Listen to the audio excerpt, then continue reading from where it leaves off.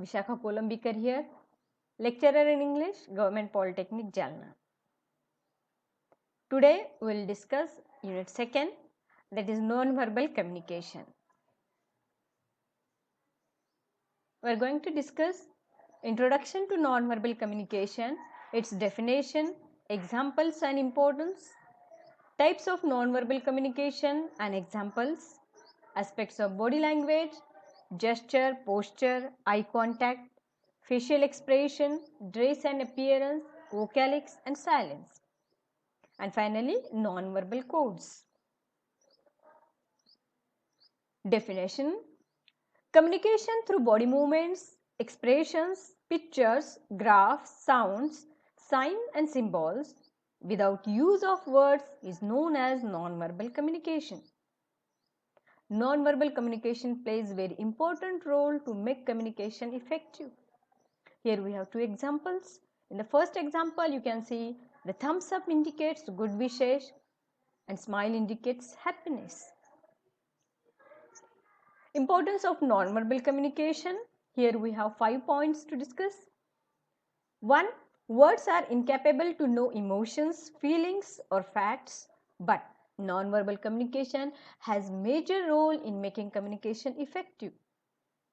Second, words have different meaning, so it's difficult to understand exact meaning, whereas non-verbal codes have their meanings. Third, non-verbal communication is very fast and easy for understanding.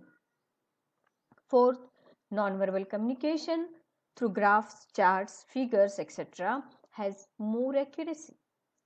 And the fifth, it is a face-to-face communication, so it regulates the flow of communication.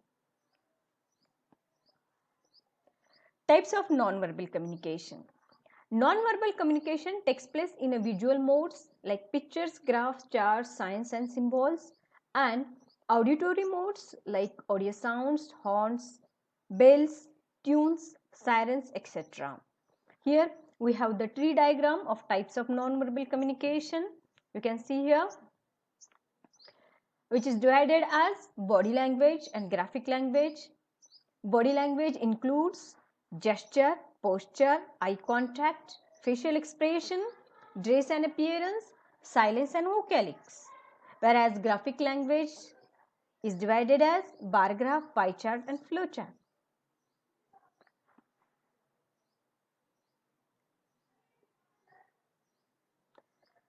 We'll see aspects of body language. In that, what is gesture? It is the movements of body parts, particularly of hands, fingers and head. Gesture used effectively by deaf and dumb people. See these examples: pointing the index finger, joining hands, nodding head, raising hands. So in all these examples, you see the movements of your finger, hands, head and hands again. See posture. Posture is the position of your body or balancing your body when you stand or sit. It indicates your confidence, attitude, humbleness, kindness and courage. See in these examples, sitting body position. You can see the right and wrong position of your body when you sit. In the second example, you see the yoga positions, and in the third example, the athlete's body position you can see. This is what? Posture. Then comes eye contact.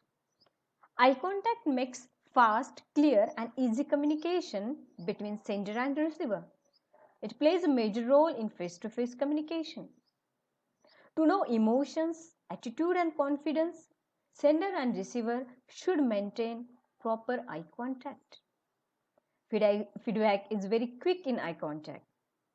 See in these examples again, eye contact in business meeting which shows your attitude, eye contact in time of an interview which shows your confidence, eye contact between mother and child which shows love.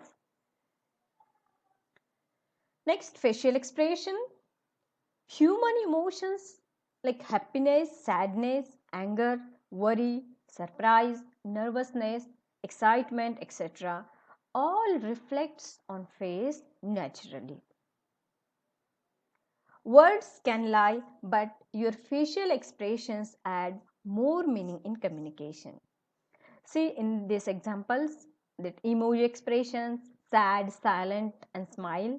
Whereas in next example, Kohli's face expression you can see it's excitement and overjoy. Next, dress and appearance. It should be maintained properly. Your dress code and appearance creates an impression in any communication. It indicates profession, occasion, status and choice. See here we have 4 examples. In the first example, you say military uniform which shows the profession. In the next example, the ethnic wear which shows that occasion, it's a wedding occasion. Then the third, interview outfit which shows your confidence. Then the fourth example, robes on body which shows that religion. Next, silence. It has a larger and deeper meaning in communication. It defines confidence, knowledge, guilty, fear, approval, disapproval and sorrow. See in these examples again, silence of nervousness, silence of fear. Next comes vocalics. It is related to different sounds and voices. Voice in any communication is too important for both verbal and non-verbal communication. In non-verbal communication, it is in auditory mode. Sender and receiver get message through the different sounds and voices. Here we have 3 examples. Horn of vehicle which indicates give side and keep away. Sound of a bell has different meaning like school bell, exam bell, temple bell, service bell, etc. Then the siren which indicates emergency call. Next type is graphic language. The message transferred through graphs, charts, figures, etc. is known as graphical communication. In this communication, large data can be concise and presented before the receiver. Presentation comes in pictorial form, so it is very easy to understand and can be understood by unknown person also. Graphic language has its own advantages and disadvantages. It is divided into bar graph, pie chart and flow chart. Here we have a bar graph. It has just parallel bars. It shows comparative data of quantities, atoms and different periods with x and y axis. You can see in the given example, the x axis is horizontal one and the y axis is vertical one. And whatever the information or the data you have, you can represent through this. Then we have pie chart which shows information in terms of percentage. It shows parts of information in circle with 360 degree. See the pie chart here again in the percentage, whatever the data you have, we have shown, and that 360 degree is that angle of the circle. The flow chart which shows information in chains, steps or in a sequence. It is represented with blocks followed by an arrows. Arrows indicate the process. So here figure A and B shows that the process with arrow and the information we can put it in this way. Then the final point, non-verbal codes. We have 4 non-verbal codes. That is proxemics, chronemics, artifacts and haptics. First we will say proxemics. It is derived from the word proximity, that means closeness or nearness.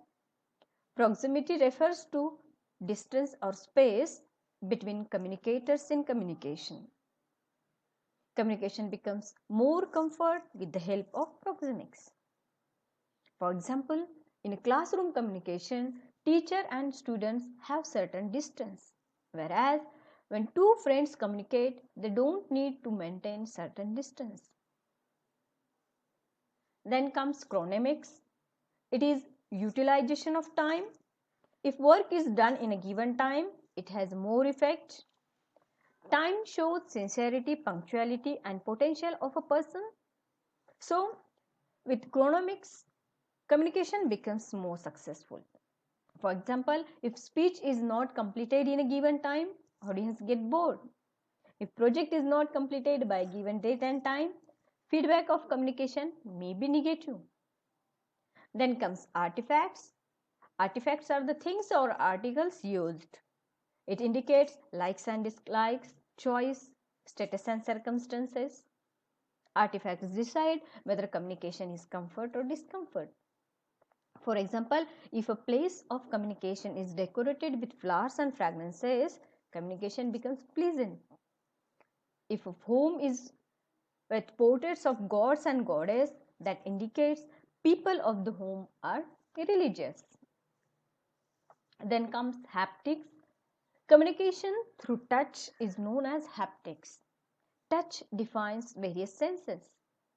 It communicates respect, fear, sympathy, affection, encouragement, friendliness, etc. For example, pat on back indicates encouragement. Touching feet of an elderly person shows respect. Putting arms around other person shows friendliness. So students, it is all about non-verbal communication. If you have a query regarding this, you can ask me, you can text me. Thank you.